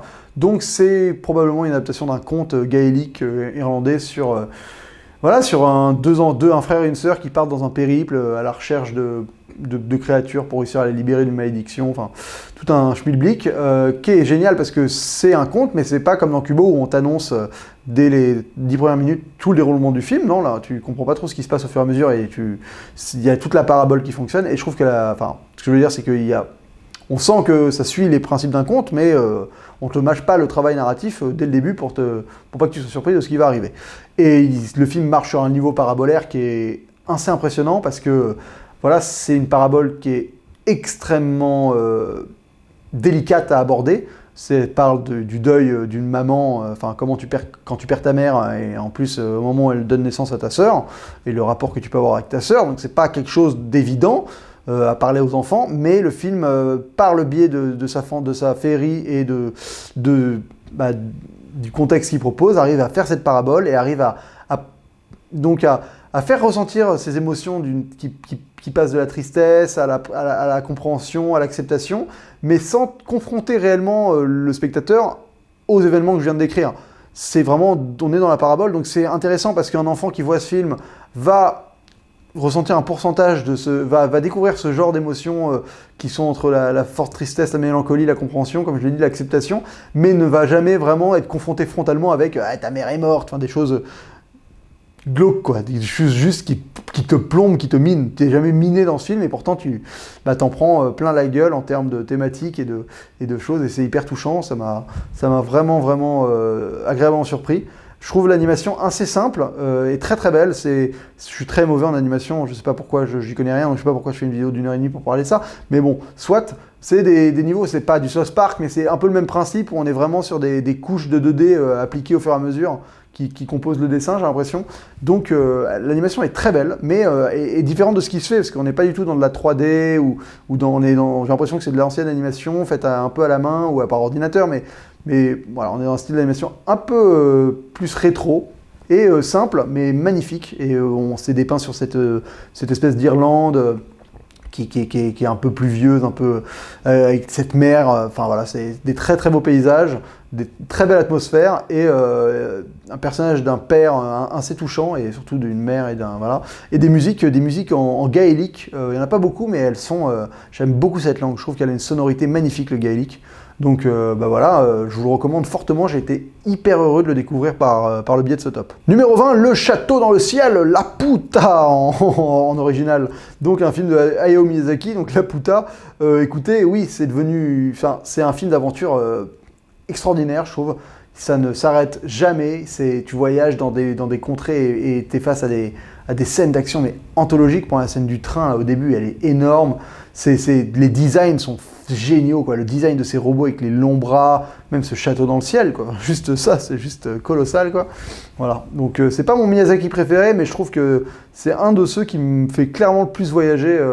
Là, on voyage vraiment loin, et en plus avec ces deux, voilà, ce couple d'enfants, l'identification, elle est immédiate pour moi, donc je trouve que c'est peut-être pas le meilleur Miyazaki, mais il est logiquement dans ce top, il est formidable, et j'ai envie de le revoir, parce que je l'ai pas vu depuis quelques temps, et voilà, en plus il y a des pirates, et des agents secrets, enfin, c'est un délire de gosse, quoi, un délire de gosse, mais hyper bien foutu, et c'est génial, quoi. Je sais pas si c'est adapté d'autres choses, mais ça déborde d'imagination, quoi, ça déborde, ça arrête jamais, et c'est des histoires que tu te racontes quand t'es gamin, sauf que c'est bien raconté, et très très magnifiquement mis en animation, donc y a rien à dire, quoi, c'est une aventure, un beau voyage.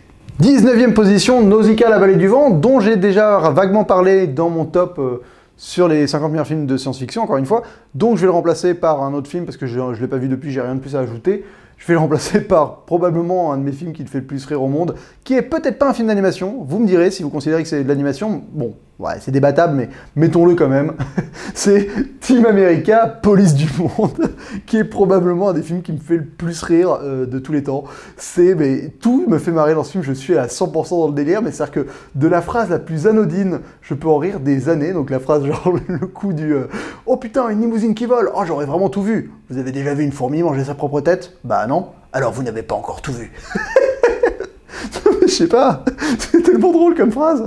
Voilà, donc de cette vieille phrase de merde sortie au milieu du film à la scène de cul, où ils vont jusqu'à chier sur le torse du mec et tout. Enfin, ça va tellement loin, il y a tellement de choses, les chansons avec tout le monde a le sida, on va faire un montage, we're gonna make a montage, énorme avec la chanson I suck but less than Ben Affleck in Pearl Harbor, là je suis tout pourri mais moins que Ben Affleck dans Pearl Harbor, avec le gag de Matt Damon, il s'en prend plein la gueule, enfin, il y a que des trucs énormes comme ça, mais c'est énorme, il doit lui sucer la bite aussi à son supérieur.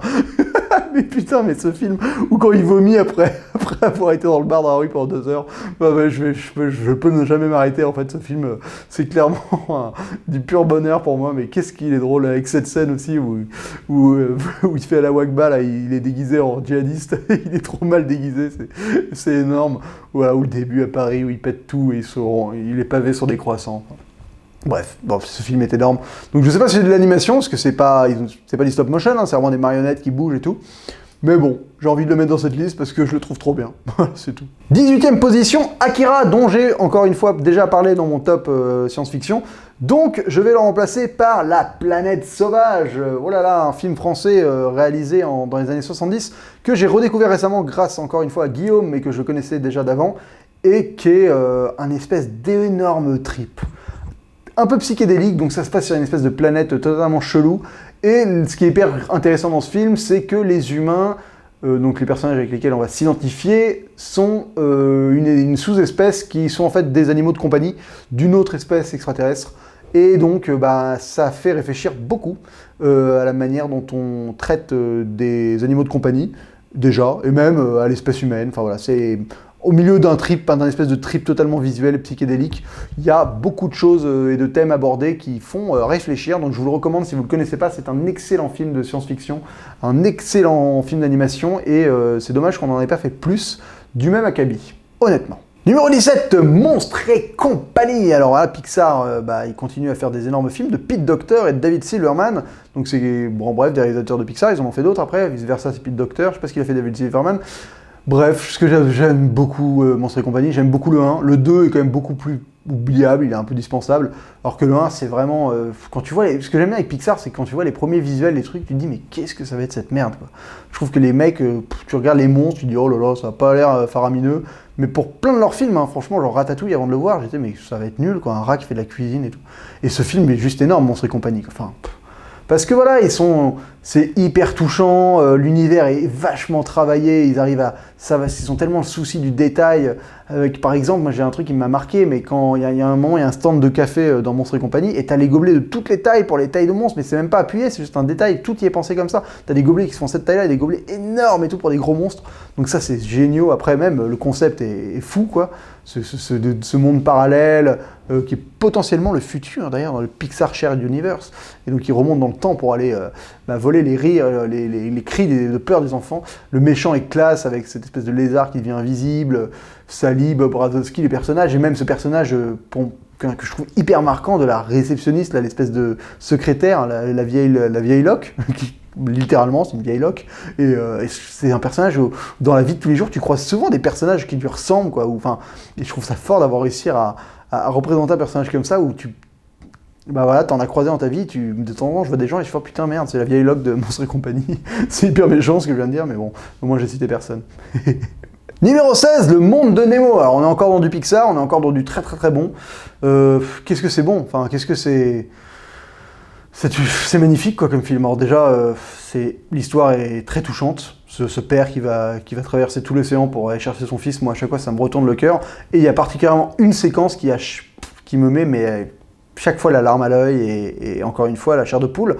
C'est quand il y a le récit de tout ce que Marin a fait pour aller rechercher Nemo, qui est raconté d'animal en animal, et en fait le récit voyage, je crois, du gang de tortues jusqu'à l'aquarium où Nemo est à Sydney là.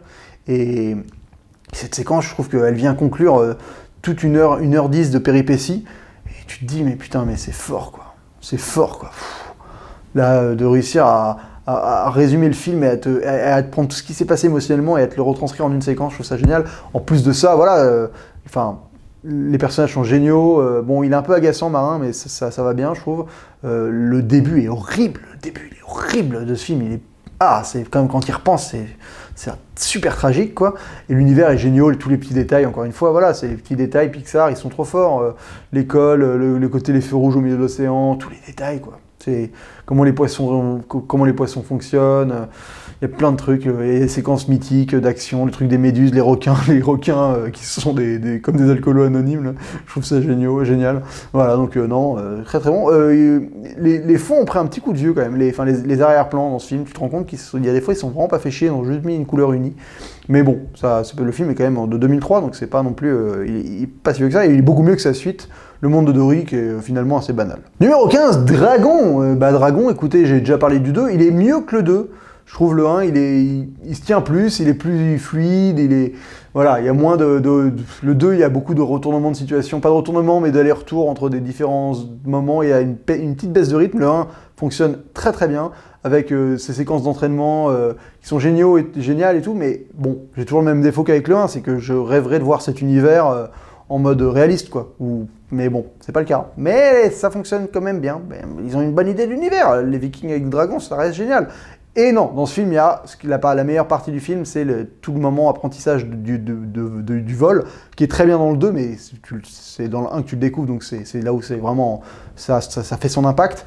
Quand il apprend à voler avec son dragon, là par contre c'est formidable, quoi. Tu voles avec lui, c'est magnifique, il est là dans les nuages et tout, et t'as un plan qui m'a marqué où la caméra est fixée sur le dragon qui vole, et le dragon vole comme ça, et il passe les nuages, et d'un coup on passe de jour à la nuit dans un plan, mais ce plan est magnifique. Ce plan est... Voilà. Rien que pour ce plan, ça fait partie des meilleurs films d'animation de tous les temps, mais à la fois, non, il reste quand même il est peut-être un poil trop calibré et un poil trop enfantin, mais c'est quand même vraiment du bon. C'est vraiment du bon, faut l'avouer. Numéro 14, Zootopia. Alors Zootopia, je l'avais mis dans mon top 16, dans mon top 10 2016. J'aime énormément ce film, je trouve que voilà, ça marche sur plein de niveaux allégoriques, dont personnellement une allégorie sur le djihadisme dont je vous avais dit à l'époque, que je vous ai pas expliqué, que je vais essayer d'expliquer tout de suite. Donc je vais essayer de m'expliquer rapidement sur cette fameuse parabole de Daesh que j'avais vue dans Zootopia. Alors elle tient sur 3 points. Donc déjà, il y a des individus qui deviennent violents soudainement. Donc ça pour moi c'est la radicalisation avec le passage à l'acte soudain, quoi, le fait que d'un coup, du jour au lendemain, quelqu'un qui est normal à nos yeux, d'un coup se radicalise et est capable de commettre un attentat. En fait c'est prémédité, mais ce qu'il y a ce rapport-là qui m'avait marqué dans Zootopia. Le rapport qu'en fait ces gens qui deviennent violents sont en fait conditionnés à des fins politiques, exactement comme la radicalisation que fait Daesh par exemple, qui va te laver le cerveau pour servir leur idéologie à eux.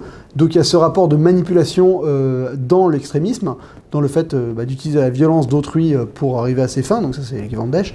Ouais, donc il y a ces deux rapports-là qui se font dans Zootopia que j'ai réussi que si on se tire un peu les cheveux au niveau de l'explication, on arrive plus ou moins à associer au radicalisme actuel, enfin au terrorisme, aux gens qui se radicalisent, voilà, et qui commettent des attentats, quoi. Et le dernier point, c'est cette utilisation de la drogue pour provoquer la violence. Ça me fait penser à la drogue que prennent justement les terroristes avant de faire des attentats. et qui rend totalement conditionné à tuer et sans aucun remords. Vous voyez, c'est cette drogue qui... c'est un peu... ça peut être aussi que cette plante qui leur fait péter un câble peut être aussi la religion qui finit par les manipuler d'une certaine manière et créer des individus violents, un peu comme le lobotomisé, quoi. Enfin, par l'action de quelque chose d'extérieur, donc soit la drogue en question et on va dire l'idéologie extrémiste, on finit par réussir à provoquer de la violence chez quelqu'un qui est prêt qui explose comme ça du jour au lendemain et qui en plus est utilisé à des fins politiques. Donc voilà, c'est ce rapport-là que j'avais trouvé dans Zootopia à l'époque où je l'avais vu, parce qu'à l'époque où je l'avais vu, on était en plein milieu de ce bordel avec Charlie Hebdo, tout ça, et donc ce qui se passait à l'écran pour moi avait des répercussions sur ce qu'on vivait à l'heure actuelle. Peut-être que c'est absolument pas volontaire, peut-être que je suis totalement à côté de la plaque. Bon, moi, voilà, je vous aurais fait part de pourquoi je pense que Zootopia est un film qui parle de la radicalisation et du terrorisme islamisme actuel, et de Daesh et petit quanti. Numéro 13, Max et Mary. Alors, je l'aime pas celui-là. J'ai été vachement déçu. Je m'attendais à énormément de ce film, parce que voilà, ça avait l'air d'être un film en pâte à modeler, super adulte, qui allait traiter d'un sujet profond, un sujet touchant de manière sérieuse, de manière... je m'attendais à quelque chose de high level, aussi bien émotionnellement que cérébralement. J'avoue que j'ai été hyper déçu, quoi. J'ai absolument pas réussi à rentrer dedans. C'est l'histoire d'une petite fille qui est solitaire, qui n'a pas de potes, qui se lie plus ou moins d'amitié avec un vieux qui a Aspergen. Mais ça m'a pas plu, quoi. Enfin, j'ai pas réussi à rentrer dedans. Je l'ai vu une seule fois, il faudrait que je le revoie, que je leur donne sa chance, clairement, parce que l'image que j'en garde, elle est vraiment pas ouf, quoi. J'ai oubliable, inintéressant. Et très décevant, mais parce que je m'en faisais une montagne. Donc maintenant que je m'en fais un trou, peut-être qu'en le revoyant, ça va juste faire quelque chose de plat. Numéro 12, Mon voisin Totoro. Alors oui, Miyazaki encore et toujours. Qu'est-ce que ce film est génial. Il me rappelle beaucoup Kiki, la petite sorcière, dans le principe de chronique, où il n'y a pas énormément d'événements. Je crois qu'il y a un seul événement majeur à la fin du film qui est quand même pas énorme en termes de suspense et d'action, mais qui arrive ça suffit, quoi. Mais c'est la féerie de ce film, l'imagerie, le bestiaire, l'univers que Miyazaki apporte, voilà, enfin, il a cette espèce de cette féerie toute japonisante, avec ses personnages cultes, il n'y a pas d'autre mot. Totoro, c'est devenu un personnage mais culte ultimement dans la pop culture, quoi. Enfin, t'as des peluches partout, tu vois le personnage, tu sais d'où ça vient, c'est Totoro, quoi, voilà. Donc de réussir à créer ça, après voilà, c'est un film qui parle de... Il faut que j'arrête de dire voilà, ça fait beaucoup de voilà. C'est un film qui parle de l'enfance, de manière magnifique. Ce sentiment des vacances un peu, je sais pas si je me rappelle plus, c'est le déménage, le déménage dans la campagne, donc il y a ce sentiment de déracinement et de réapprendre à vivre ailleurs, et j'aime beaucoup ça. Moi, c'est le genre de film que je me remate à chaque fois que je déménage dans une nouvelle ville. J'aime bien me mater un Miyazaki, soit la Kiki, soit Totoro d'ailleurs, parce qu'il y a ce sentiment où ils arrivent à te faire apprécier, comment on apprécie l'instant présent, et comment tu fais un peu le deuil de ce que tu faisais précédemment, je sais pas. J'aime énormément, et voilà, il y a des choses... formidable, l'animation est toujours aussi belle, enfin Miyazaki, de toute façon, tous ses films sont magnifiques, sauf peut-être Lupin, le premier, c'est pas là où l'animation est la plus belle, mais en tout cas, cette campagne japonaise est magnifiquement dessinée, et en plus il y a le chat à bus, et le chat à bus c'est quand même une idée bien barrée, quoi. Numéro 11, encore un Miyazaki, le mec on n'arrête pas, mais alors celui-là je l'aime pas trop, c'est Le Château Ambulant. Alors faudrait que je le revoie parce que je l'ai pas revu depuis que je l'ai vu en salle, ou si je l'ai peut-être revu une fois, mais il m'a pas marqué, j'ai pas réussi à rentrer dans le délire. Il fait partie de ces Miyazaki où j'ai pas réussi à rentrer dans sa proposition, quoi. Je me souviens plus bien de l'histoire, je sais plus si c'est pas quelqu'un qui bosse pour une sorcière ou dans ce château, je ne me souviens de rien, j'arrive absolument pas à te dire de quoi le film parle. Donc je vais pas plus en parler parce que j'ai pas envie de dire des conneries. Tout ce que je sais c'est que ça parle d'un petit magicien et d'une sorcière, je crois, mais je me souviens d'imagerie de guerre qui était pas mal, mais je sais pas. En tout cas, je me souviens que c'était pas enfin voilà, ça m'a pas marqué. Là où tous les autres Miyazaki que j'ai vus en salle, ils m'ont clairement mis une claque à la gueule, quoi. Donc, pas tous, hein. Poyo par exemple, j'aime pas du tout. Mais en tout cas, celui-là, je vous dis 11e, je le trouve vraiment super haut dans le classement pour l'idée que je m'en fais, quoi. Numéro 10, Vice Versa. Non, d'ailleurs, il n'y a pas de « et », Vice Versa tout court. Très très bon film. J'ai une vieille critique dessus, je crois, une de mes premières critiques à chaud. Extraordinaire, Vice Versa. C'est vrai que déjà, rien que le concept est génial. Le concept de vouloir représenter la psyché, le fonctionnement du cerveau humain. Voilà, ça c'est grâce à l'animation permet ce genre de choses et c'est extraordinaire. Donc là-dessus, il n'y a vraiment rien à dire. Après, je trouve que c'est ce qui manque à Wreck-It Ralph, Les Mondes de Ralph, c'est que là, au moins, tu explores vraiment plein de choses et tu t'arrêtes jamais de découvrir des choses sur l'univers qu'il nous propose. C'est pas au bout de 20 minutes, on a fait le tour du cerveau et on reste dans une espèce de péripétie, un endroit unique. Non, la péripétie nous fait découvrir tous les espaces. Et le moment où ils arrivent dans l'usine à rêve, qui est genre Hollywood et tout, c'est formidable. Enfin, là, c'est pour un cinéphile, c'est juste colossalement, c'est énorme. Pour un cinéphile, un mec qui fait des rêves éveillés, waouh, putain, tout se relie. Non, après voilà, toute la leçon sur la mélancolie, j'ai trouvé ça magnifique. Je trouve que c'est une notion très intéressante à expliquer aux enfants. Et ce film le fait de manière magnifique. Donc je lui en suis reconnaissant.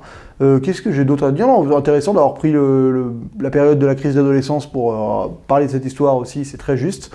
Un personnage principal féminin, c'est intéressant aussi, ça change un peu des standards, enfin, qui sont en train de devenir de plus en plus égaux, donc tant mieux. Voilà, donc que du bon vice-versa, franchement. C'était un excellent Pixar. Je suis bien content parce que ça faisait depuis quelques temps qu'il m'avait déçu Pixar. Et 9ème position, encore Toy Story 3, enfin encore, non parce que Toy Story, il y a eu le 2, là il y a le 3, extraordinaire le 3. Faut avouer que cette conclusion de saga est magistrale. Qu'est-ce que c'était beau quoi, putain, qu'est-ce que c'était beau, j'ai pleuré, mais comme une madeleine quoi, franchement, comme une fontaine peut-être ça se dit, je sais plus. Mais cette fin de trilogie, c'est tout ce qui me fait pleurer, moi. La clôture d'une aventure comme ça, où voilà, c'est la fin d'une histoire. Et moi, la fin d'une histoire, c'est un des sentiments qui me fait le plus pleurer au cinéma. Ce sentiment, voilà, la fin de la communauté, la fin du Seigneur des Anneaux, par exemple, c'est vraiment de me dire, putain, mais ouais, c'est fini, quoi. Cette aventure est terminée, quoi. Et ça m'a vraiment marqué, et Toy Story, c'était ça. Ah, il y a Ken et Barbie étaient très très drôles. Il y a la séquence où Buzz est espagnol, ça m'a fait mourir de rire aussi. Extraordinaire. Il y a une lecture du film qui peut se faire sur la Shoah et les camps de concentration. Je ne vais pas plus m'avancer que ça parce que je me souviens plus exactement quels sont les arguments pour le soutenir, mais je crois qu'il y a tout un parallèle qui peut être fait là-dessus. Si je ne m'abuse, peut-être que je me trompe, mais je crois pas. Oui, non, en plus à la fin les gens finissent brûlés dans un four et tout, je crois qu'il y a vraiment un parallèle qui se fait là-dessus. Si je ne me trompe pas. Numéro 8, encore un Pixar, on n'en peut plus, ils enchaînent. Bref, c'est Là-haut. Alors moi j'aime bien Là-haut, encore de Pete Docter, qui avait fait Vice Versa et je sais plus quel autre film de Pixar avant. J'aime beaucoup Là-haut, mais c'est pas un de mes Pixar préférés non plus. Je trouve que, en fait, ce que j'aime beaucoup, je trouve que l'aventure est géniale, l'idée de la maison qui vole avec des ballons, c'est formidable, le vieux est hyper touchant. Il y a cette séquence au début où il raconte la vie du couple qui est extraordinaire et d'une beauté, et d'une poésie et d'une mélancolie.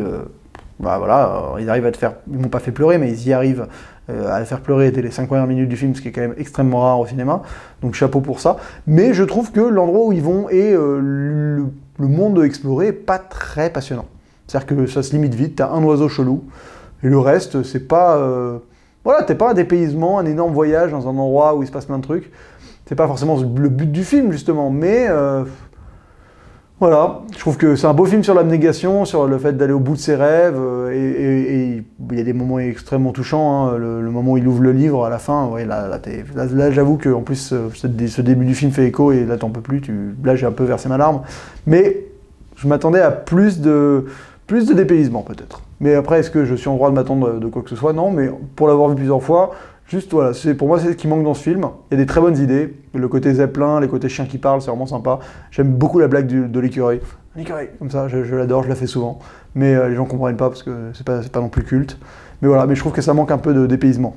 Numéro 7, clairement le premier film d'animation CGI que j'ai vu de ma vie, Toy Story, sorti en 95, ouais, ça date. Voilà, il a mis la base. Alors il a pris un coup de vieux au niveau de l'animation, si vous le revoyez. Je trouve que les personnages ça passe encore bien, mais alors les fonds et les textures, là tu te dis waouh, ça a vraiment pris un coup de vieux, ça ressemble un peu à la PS2 quoi. Mais bon, l'histoire est extraordinaire. Alors pour la petite anecdote, il y a un jour où j'étais sur mon bureau en train de rien foutre, et moi j'ai 2 disques durs à l'époque où je rangeais mes films, et j'en avais un qui était tombé plein de fois par terre où je mettais les films de merde, et donc il était un peu pourri, un peu défoncé, et un autre où je gardais tous mes films un peu, où j'essayais de vraiment faire attention. Et donc j'étais là à me dire putain mais imagine si mes disques durs sont vivants et quand je suis pas là et tout, c'était après que Toy Story soit sorti, hein, j'étais déjà grand. Et je me dis putain mais ça ferait une bonne histoire, une histoire sur 2 objets à moi, il y en a un qui est jaloux de la manière dont je le traite et tout, et en fait ils vivent quand je suis pas là. Et à un moment je me suis dit au bout de 5 minutes de divague, à me faire mon film dans ma tête, je me suis dit mais tu es con quoi, c'est Toy Story en fait. C'est Toy Story sauf qu'eux ils ont eu la bonne idée de pas prendre des disques durs mais de prendre les meilleurs objets qui soient, des jouets, bah oui super idée. Donc voilà, non mais voilà, après voilà, Woody, Buzz... Toy Story, quoi. Énorme, c'est cultissime. Et j'ai encore envie de le revoir. Et cette fin, là, avec Sid, là, oh, horrible, avec ses jouets, il est dégueulasse, Sid, il est flippant. Il y a une utilisation rigolote d'une fausse piste avec l'allumette à la fin, où il a une allumette, tu penses que ça va servir pour allumer la mèche, en fait non. Et après il utilise le casque de Buzz pour utiliser le soleil pour allumer la mèche. J'aime bien la manière dont il te fourvoie, au niveau de la dramaturgie, c'est plutôt pas mal foutu. Numéro 6, clairement un de mes Miyazaki préférés, si ce n'est mon préféré avec Chihiro. Princesse Mononoke, extraordinaire, quelle aventure, quelle péripétie, ce film sérieux, adulte, violent. Oh, le moment où il tire la flèche, il arrache les deux bras en même temps avec le sabre, extraordinaire. La force qu'il a dans le bras quand le mal le domine. C'est un film qui est très complexe et qui raconte plein de choses, qui brasse tellement de thématiques, enfin qui brasse la thématique de l'avarice, la thématique de l'industrialisation, du respect de la nature, des croyances, du respect de l'humain, enfin plein de choses. Et tout est iconique, quoi. Tout est iconique. Les loups géants, les sangliers géants, le dieu de la forêt, Dame Itaka, avec, c'est Dame Eboshi avec sa ville en bois avec des arquebusiers, des lépreux, enfin tout. Et Princesse Mononoke, quel personnage, quoi. Quel personnage. Et l'animation, enfin voilà.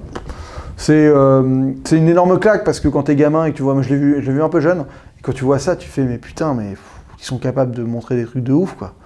Cette aventure, mais folle, quoi, folle. Dans cet univers, avec les esprits de la forêt qui tournent la tête comme ça.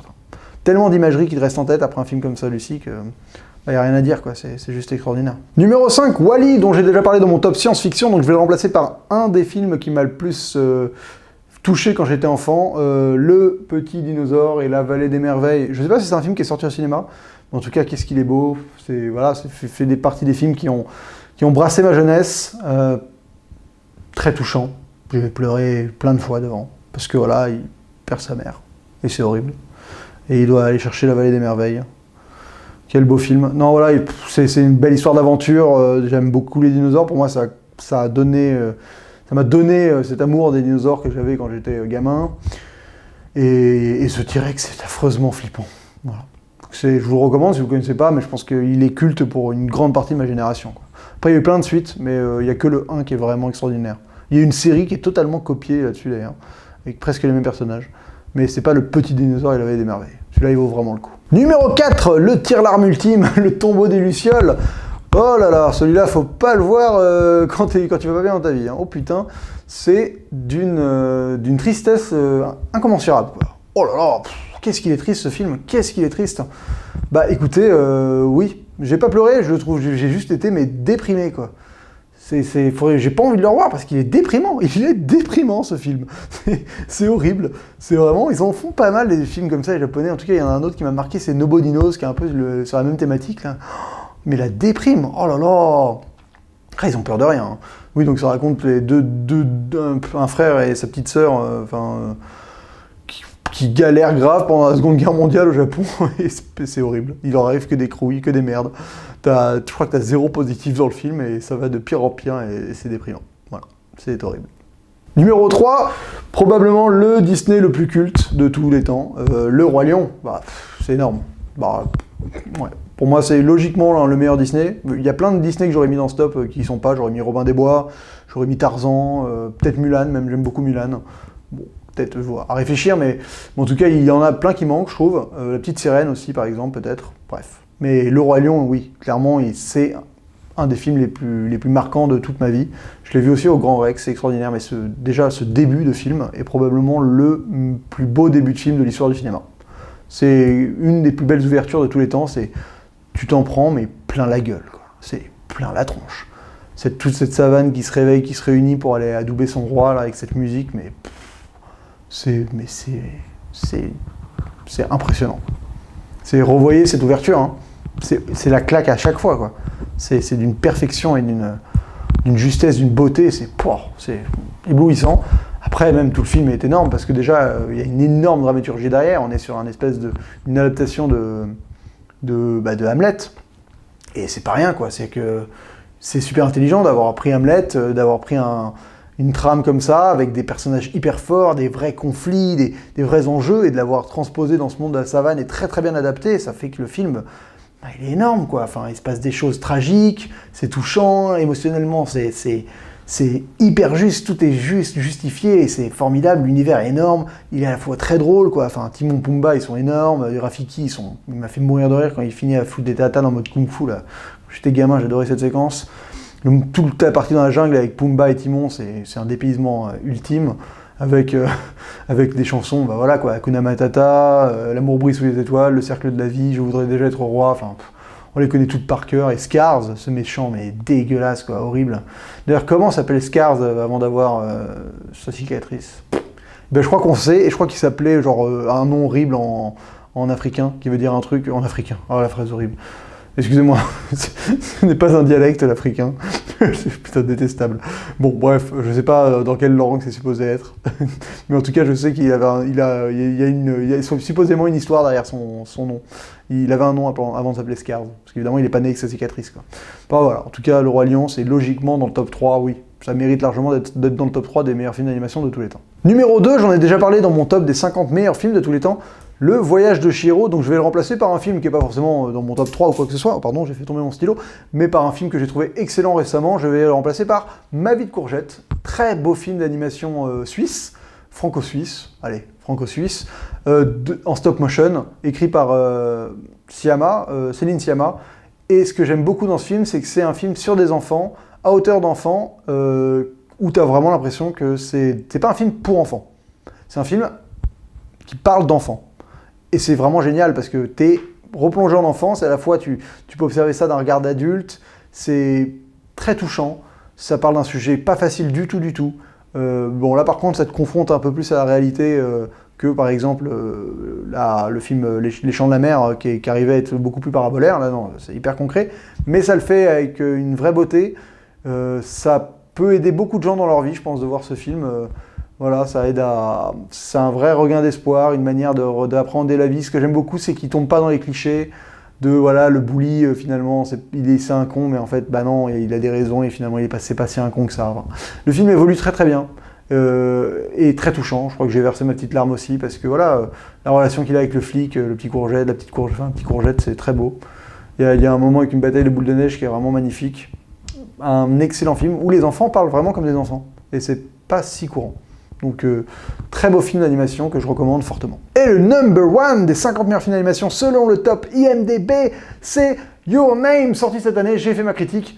J'ai beaucoup aimé, mais beaucoup moins que ce que tout le monde a aimé. Je trouve ça vraiment bien, magnifique. Bah, je l'ai déjà dit sur 50 cm par seconde, mais c'est magnifique. Le travail sur la lumière, le travail sur les cadres, sur les couleurs, sur la palette d'environnement représenté, c'est scotchant. Tu pourrais faire vraiment un tableau de chaque plan du film, tellement c'est magnifique.